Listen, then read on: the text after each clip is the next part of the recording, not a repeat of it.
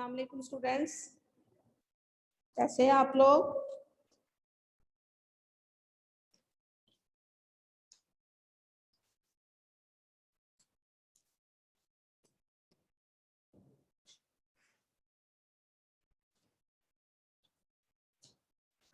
جی 10th class ہم نے کل ہمارے 3 اشعار ہوئے تھے، پہلے 3 اشعار نعت کے. اب ہمارے اگلے جو 3 ہیں وہ ہوں گے. تیسرا ہے اب انسان کو انسان کا عرفاں ہوگا. عرفاں ہونے سے کیا مراد ہے؟ اس کی پہچان ہونا. عرفان پہچان، یقین ہو گیا، اعتبار آ گیا.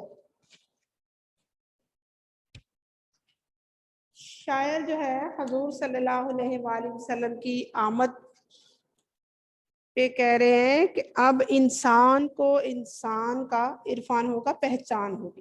کیونکہ جب تک حضور صلی اللہ علیہ وآلہ وسلم تشریف نہیں لائے تھے، عرب جو تھے وہ ایک دوسرے کی جان کے دشمن بنے رہتے تھے. ہر کوئی کسی نہ کسی بات پر کسی نہ کسی جھگڑے میں مصروف رہتا تھا. لڑائیاں اور جھگڑے اس قدر طویل ہو جاتے کہ وہ لڑائیاں اور جھگڑے نسل در نسل چلتے. تو یہ لڑائیاں اور جھگڑے ضروری نہیں کسی بڑی بات پہ ہی ہوتے. جس طرح ایک شاعر نے شاعری میں یہ بھی کہا ہے، کبھی پانی پلانے پہ جھگڑا، کہ کبھی تو ایسے ہوتا ہے کہ کنویں سے پانی ہی لینا ہے، ایک جو گروہ ہے اس نے پانی لینا ہے تو دوسرے گروہ نے کہا کہ پہلے میں نے لینا ہے. اسی بات پہ، چھوٹی سی بات پہ اتنا زیادہ جھگڑا ہو جاتا، لڑائی اتنی جو طوالت تھی یعنی اتنی طویل ہو جاتی، اتنی وہ لمبی ہو جاتی کہ وہ نسل در نسل چلتی اور بہت ساری جانیں ضائع ہو جاتی. انسان کو انسان کا پہچان عرفاں ہونا سے کیا مراد ہے کہ اب انسان کو انسانیت کی پہچان ہوگی کہ انسانیت کیا ہے. انسانیت کیا ہے، اس میں یہ بھی چیز شامل ہوگی کہ لڑائی جھگڑے جو ہیں وہ ختم ہو گئے، ایک دوسرے کی جو ضد بازی تھی وہ ختم ہوگی. اخوت اور بھائی چارے کا موسم آ گیا. اخوت بھائی چارے سے یہی مراد ہے نا کہ پہلے تو یہ تھا کہ ہر چھوٹی چھوٹی بات پہ جو قبائل تھے، قبیلے تھے، وہ لڑائی جھگڑا کرتے تھے، ایک دوسرے کی جان کے دشمن بن جاتے، ایک دوسرے کے خون کے پیاسے ہو جاتے. لیکن حضور صلی اللہ علیہ وآلہ وسلم کی آمد سے کیا ہوا کہ انسان کو انسان کا عرفاں ہو گیا، پہچان ہوگی کہ انسان جو ہے انسان کا دوست ہے. اس میں ابھی یہ بھی شعر آ سکتا ہے کہ درد دل کے واسطے پیدا کیا انسان کو، ورنہ اطاعت کے لیے کچھ کم نہ تھے کروبے. یعنی انسان کو تو انسانیت کے لیے پیدا کیا گیا نا، ایک دوسرے کے درد دکھ بٹانے کے لیے، دکھ درد بٹائے، اس کی مشکل میں کام آئے، اخوت بھائی چارے کے لیے پیدا کیا گیا ہے. تو جب یہ لڑائیاں جھگڑے ہی رہنے ہیں تو پھر انسانیت کا مقصد تو پورا نہیں ہوگا نا. حضور صلی اللہ علیہ وآلہ وسلم کی آمد سے انسانیت کا مقصد پورا ہو گیا، جس مقصد کے لیے انسانوں کو بنایا گیا کہ وہ دوسرے کے کام آئے، ایک دوسرے کا دکھ درد بٹائے. اس کی جو کمی تھی وہ بہت زیادہ تھی. جب حضور تشریف لائے صلی اللہ علیہ وسلم تو وہ ساری کمی پوری ہوگی. انسانیت نے انسانیت کو پہچان لیا، بھائی نے بھائی کو پہچان لیا، یقین ہو گیا، اعتبار آ گیا ہے.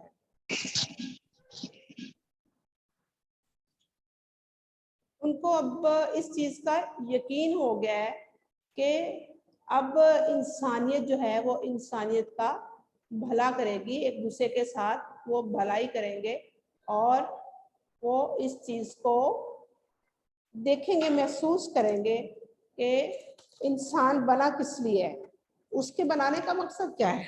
ٹھیک ہے، اس کے بنانے کا جو مقصد ہے وہ کیا ہے؟ اس کے بنانے کا مقصد تو انسانیت ہی ہے نا.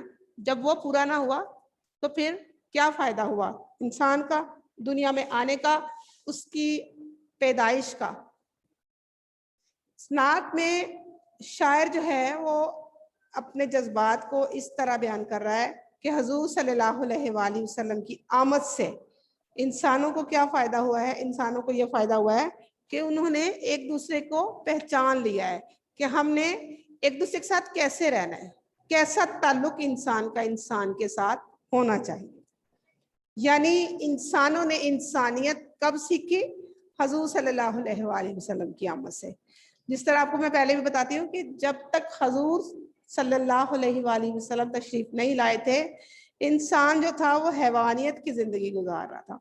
کفر و شرک میں تو وہ مبتلا ہی تھا, کفر و شرک میں وہ مبتلا تھا, لیکن اس کے ساتھ ساتھ اس نے جو انسانیت کی دھجیاں تھی وہ بھی اڑا دی تھی کہ بیٹیوں کو زندہ درگور کیا جاتا تھا. پھر جب سرکار صلی اللہ علیہ وسلم تشریف لائے تو پھر کیا ہوا کہ پھر انسانیت کی معراج اس کو مل گئی کہ انسان ہے کیا, اس کو کیسا ہونا چاہیے, اس کا انسان کے ساتھ تعلق کیسا ہونا چاہیے. بجھے گا نہ جس کا چراغ محبت وہ پیغمبر ذی وقار آ گیا ہے. حضور صلی اللہ علیہ وآلہ وسلم کا چراغ کیا ہے, مقصد کیا ہے ان کے آنے کا, ان کا چراغ محبت کیا ہے, ان کا چراغ محبت ہے ایک دوسرے سے مل جل کے محبت سے رہنا. تو جب حضور صلی اللہ علیہ وآلہ وسلم تشریف لائے تو ان کا جو چراغ محبت ہے وہ نہیں بجھے گا. وہ کس طرح کہ وہ جلتا ہی رہے گا, یہ محبت کریا کریا بستی بستی پھیلتی ہی رہے گی. یعنی اس محبت سے لوگ فائدہ اٹھاتے رہیں گے, ایک دوسرے کے بھائی بھائی بن کے وہ رہے, اور آگے یہ اخوت, یہ محبت, یہ بھائی چارہ پھیلتا ہی گیا. چراغ سے چراغ جلتا ہی گیا. اس چراغ کی روشنی کم نہیں ہوئی بلکہ اس کی روشنی بڑھتی ہی گئی, اور لوگ ایک دوسرے کے دوست بنتے گئے. محبت کو عام کر دیا کس چیز نے, حضور صلی اللہ علیہ وآلہ وسلم کے اس پیغام نے جو انہوں نے انسانیت کو دیا. وہ پیغمبر ذی وقار آ گیا ہے, یعنی وہ ایسے پیغمبر ہیں کہ ان کے آنے سے محبت جو ہے وہ پھیلی ہے. کیونکہ حضور صلی اللہ علیہ وآلہ وسلم کا جو طریقہ ہے, جو ان کا لیسن ہے, سبق ہے, اسوہ ہے, وہ کیا ہے, محبت ہے, ایک دوسرے کے ساتھ مل جل کے رہنے کا طریقہ.